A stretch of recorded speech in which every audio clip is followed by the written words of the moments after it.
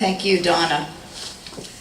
What Matters is my new collection, and thank you for mentioning it, Donna. It's making its first public appearance this weekend, so I'm very happy to be here and to be able to share it with you today. What Matters is a book about survival, specifically about my own experience with breast cancer, but it's not just a collection of poems about illness. Who would want to read that, right? The idea of the book is that we are all survivors of one thing or another, whether it's grief or illness or fear or the losses of loved ones. We're all survivors, and the poems in the collection work to tell us that we're not alone. They look at the human spirit and the ways in which the human spirit survives, the moments in which healing begins, and the ways in which we remember how to live. The book is divided into 3 sections: before, during, and after. And I'm going to begin with a poem from the first section. The First Sorrow, How It Was.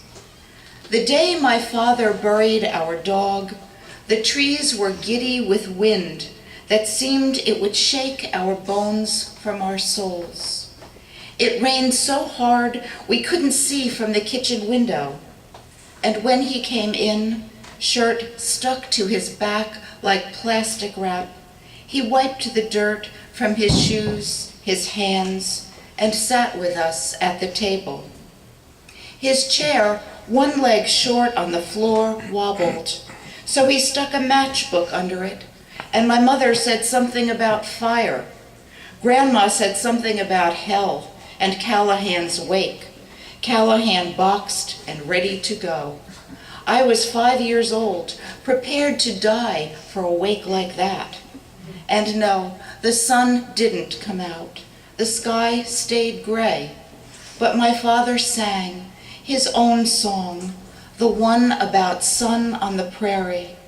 My mother held my hand, and determined not to, even then, I didn't cry. My next breath already taken. Some childhood experiences, even the seemingly least important, stay with us and continue to inform the present. Sometimes they remind us how important it is to be humble. The trains. We felt them first. Fingers pressed to the rails, a dull rumble filled our hands and hummed into our arms before the cone of light, the great clatter of metal against metal. Trestled high above the bridge on Grand Avenue, we knew those tracks went on forever, between trees that lined the ties like stations of the cross. The hill was forbidden but holy, thick with clover, ripe with berries in spring. The year I was 9, an April blizzard swept the sky, and we went to the trains in the dark. The wires strummed into sparks, the rails were a dazzle of shadows.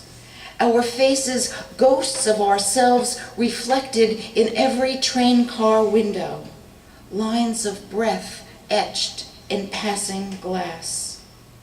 Above us, chimney smoke hung like smears of candle grease among the clouds. We were grubby and poor, but we believed. We said our prayers, ate fish on Fridays, and never rode those trains.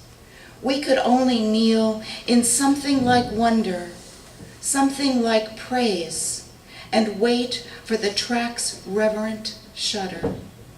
The memory is a gauze engine that time blows through and keeps me small.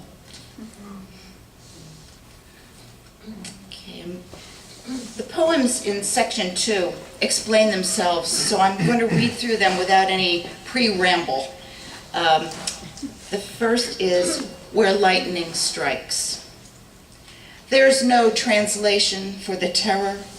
When the surgeon says, I have bad news, on the phone no less, and me alone, a glass baton that someone else is twirling. What I wanted was glisten and shine, but in the space between sip and swallow, the front doors flap and click. It is this, explicitly this.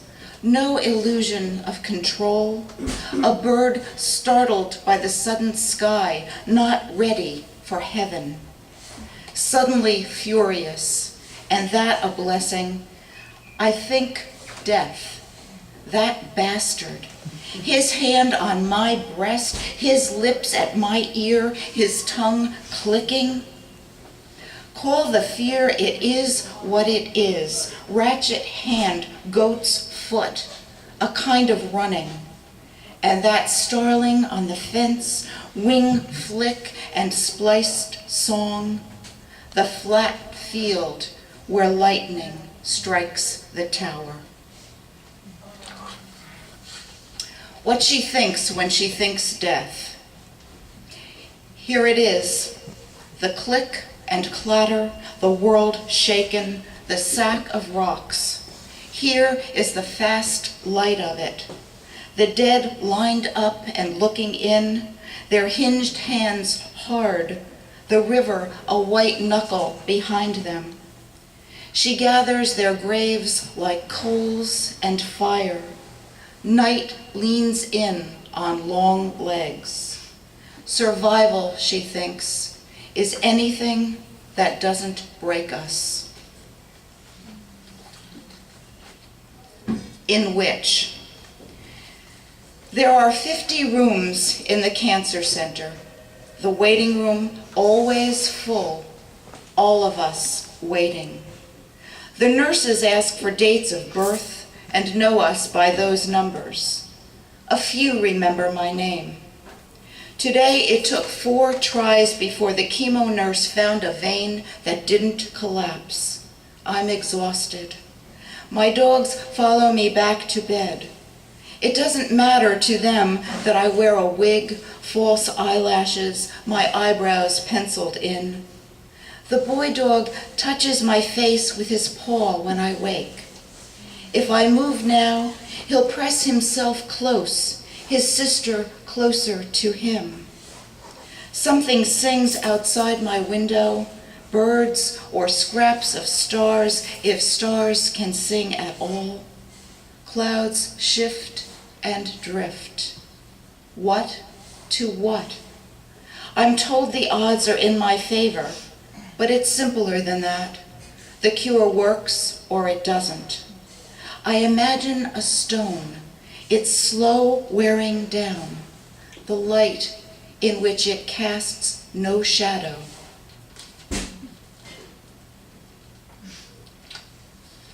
And the last from section 2, Survivor. A jay on the fence preaches to a squirrel. I watch the squirrel quiver the way squirrels do, its whole body quivers. I'm not sure why this reminds me of when I was 5 and something died in our drain spout. Feather or fur, I watched my father dig it out, knowing as a child knows how much life matters. I have seen how easily autumn shakes the yellow leaves, how winter raises the shoals of heaven. I have felt love's thunder and moan and had my night on the wild river. I have heard the cancer diagnosis with my name in it. I know what mercy is and isn't. Morning breaks from sparrows' wings, life's breezy business, and I'm still here, still in love with the sorrows, the joys. Days like this, measured by memory, the ticking crickets, the pulse in my wrist.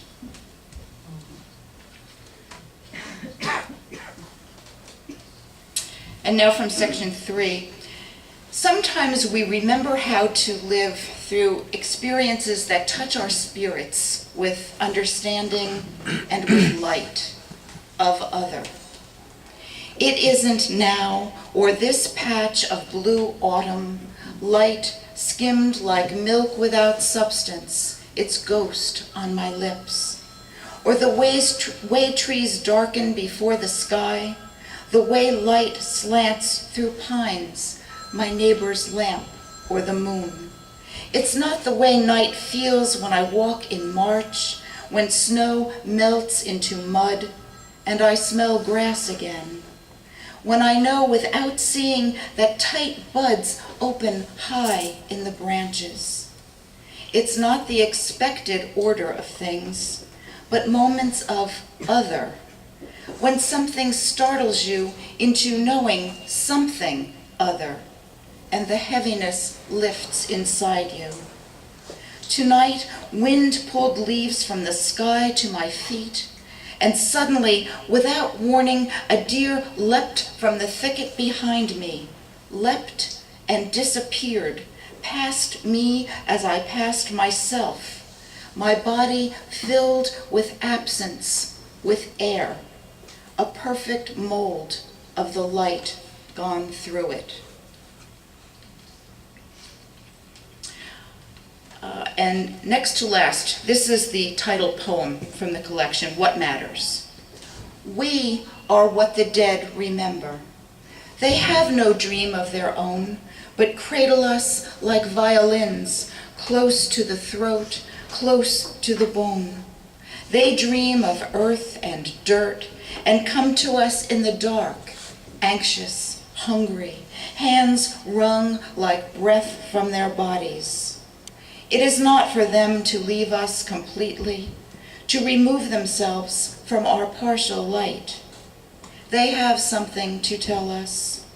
What matters is the quiet beak of a lark in the seed, the dead tree's shadow that stretches upstream.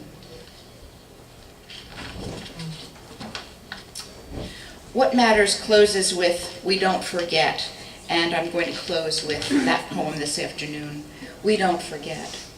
Tonight, you heard my footsteps in the room above and called to me. I didn't answer.